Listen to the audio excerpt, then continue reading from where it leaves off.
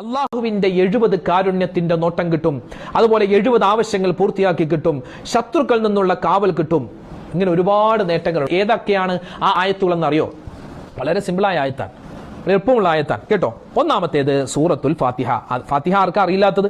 എല്ലാവർക്കും ഫാത്തിഹ അറിയാം അല്ലെ? അപ്പൊ സൂറത്തുൽ ഫാത്തിഹ ഒന്നാമതായി നമ്മൾ ഓതുക. ഇത് എല്ലാ ദിവസവും മഗ്രിബ് നമസ്കാരത്തിന് ശേഷമോ അല്ലെങ്കിൽ സുബ്ഹി നമസ്കാരത്തിന് ശേഷമോ പതിവായി ചൊല്ലുക. ഖുർആൻ ആയത്തായതുകൊണ്ട് ഇതിന് ഫലം 100% ഉറപ്പാണ്, 100% ഗ്യാരണ്ടിയാണ്.